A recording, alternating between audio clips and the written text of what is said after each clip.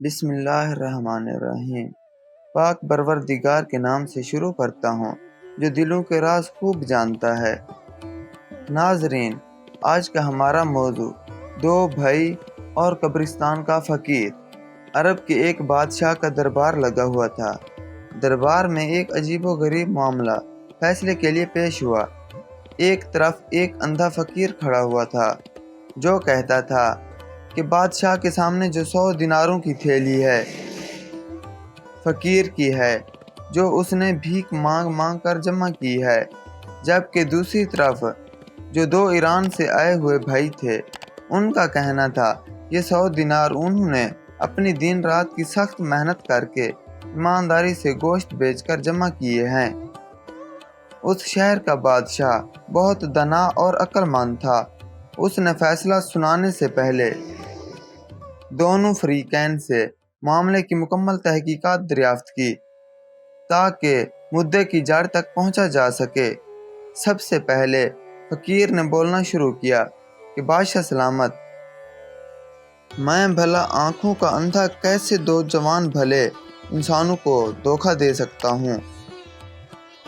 یہ تو مجھے لوٹنے چلے تھے، میرے دیناروں کو اپنی ملکیت کہہ رہے ہیں، خدارا مجھے ان کے شر سے بچائیے۔ یہ سن کر ان دونوں بھائیوں میں سے ایک نے کہا کہ نہیں حضور نہیں، یہ فقیر جھوٹا ہے، اپنی معذوری کا ناجائز فائدہ اٹھا رہا ہے۔ ہم دونوں بھائی بھی اسی طرح اس کے دھوکے میں پھنس گئے۔ یہ دینار ہمارے ہیں جو کہ ہم اپنے ساتھ اپنے شہر لے جا رہے تھے۔ پھر اس نے اپنی مکمل داستان سنانا شروع کر دی۔ کہنے لگا، جناب، ہم دونوں بھائی شہر ایران میں رہتے ہیں۔ ہم دونوں میں بڑا پیار اور اتفاق ہے۔ ہم ہر کام مل جل کر کرتے ہیں، لیکن ہمارے حالات خراب ہوتے جا رہے تھے۔ ہمارا کپڑے کا اچھا خاصا کاروبار تھا جو دیکھتے ہی دیکھتے مندے کا شکار ہوتا چلا گیا اور نوبت اسے ختم کرنے تک پہنچ گئی۔ اور تو اور معاملہ یہاں تک پہنچا کہ ہمیں کاروبار بند کرنا پڑ گیا۔ اب ہم دونوں بھائی گزر بسر کے لیے اینٹیں پتھر توڑنے پر مجبور ہو گئے۔ بس جو کچھ کما لیتے اس سے ہمارا گزارا مشکل ہوتا۔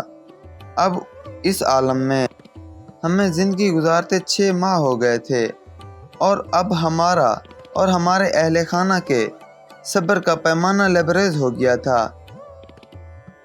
ایک روز ہمارے ہاں کسی رشتہ دار کی آمد ہوئی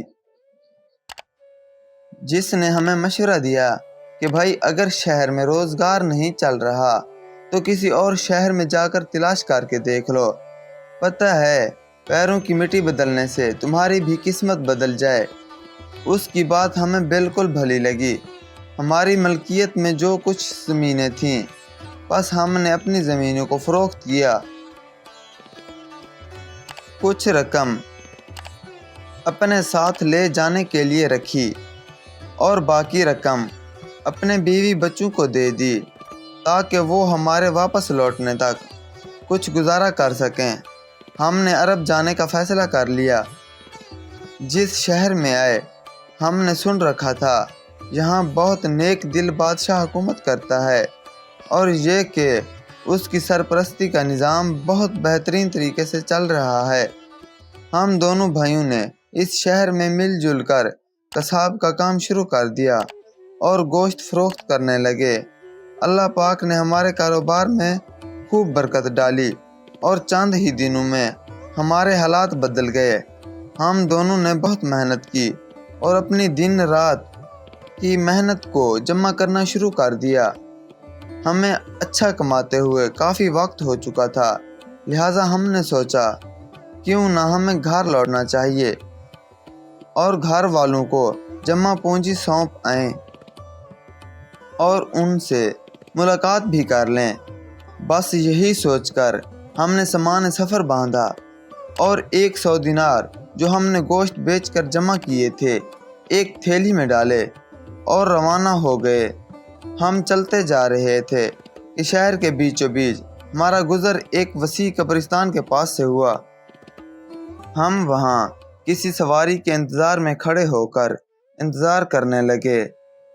हम खड़े ही थे कि हमारे कान में फ़कीर की एक सदा पहुंची। ये गरीब बड़ी अजीबो-गरीब सदा लगा रहा था। कह रहा था कि है कोई गरीब की मदद करने वाला, कोई अंधे फ़कीर के हाथ पर सिक्का ही दे दे। मैं अपने हाथ पर बस एक सिक्का रख कर देखना चाहता हूँ। है मेरी किस्मत, जब मैं तंदुरुस्त था तो कैसे मेरी पैसों की रेल बैल थी, बस यही अंधा हो गया। और मेरी फूटी किस्मत कि अब मैं मांगने पर मजबूर हो गया हूँ। हम उस फ़कीर की अदा सुनकर उसके पास चले गए। जब भाई ने उससे पूछा, तुम ये कैसी फरियाद कर रहे हो, उसने हमें कहा कि मैं क्या बताऊं कि जब से मैं अंधा हुआ हूँ कि सिक्कों को देख तो नहीं सकता और छूने को भी तरस गया हूँ। काश कोई मेरी हथेली पर सिक्का रख दे। ये सुनकर मेरे भाई ने हंसते हुए कहा कि तुम अपने हाथ पर सिक्का रख कर देखना चाहते हो, मैं तुम्हारे हाथ पर पूरे 100 दिनार रख देता हूँ। तुम इन सिक्कों को छू कर देख लो। ये कहकर मेरे भाई ने उसके हाथ पर 100 दिनार से भरी थैली रख दी।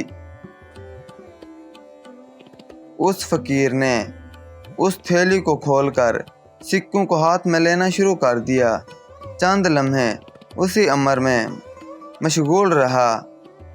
उसी लम्हे हमारी सवारी आ गई और जब हमने ले जाने से पहले 100 दिनारों की थैली मांगी तो उसने कहा कि कौन से दिनार, ये तो मेरे हैं। तुम खामखा मुझ पर इल्ज़ाम लगा रहे हो। तुम्हें एक अंधे को लूटते हुए शर्म नहीं आती। बस ये कहते कहते उसने शोर मचाना शुरू कर दिया। लोग जमा हो गए और हमें आपके सामने पेश कर दिया गया। अब आप इंसाफ करें। ये दिनार हमारी सख्त मेहनत और हमारे अहल खाना की वहद उम्मीद हैं। बादशाह उनकी बात सुनकर कुछ देर खामोश रहा और बाद में अपने खादमों से कहा कि दरबार में पानी से एक कढ़ाई भरकर उसे तेज़ गर्म करो। चनाचा बादशाह के हुक्म के मुताबिक बादशाह के सामने दरबार में सभी हाज़रीन की मौजूदगी में एक बड़ी कढ़ाई में पानी भरकर उसे उबालना शुरू कर दिया गया, हत्ता कि पानी खोलने लगा। दरबार में वो सभी मंजर थे कि न जाने बादशाह क्या करने वाला है।